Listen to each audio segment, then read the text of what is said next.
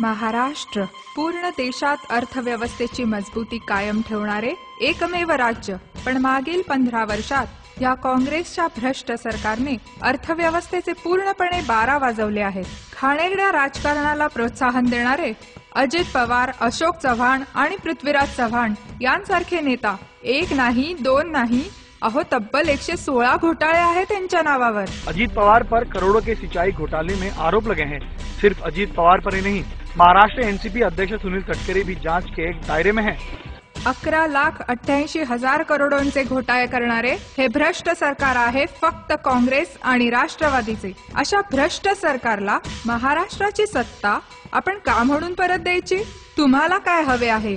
हिताची राजनीती का कुरघोडींची, घोटाळ्यांची राजनीती? 15 साल किस तरह का शासन चला है यहाँ पर?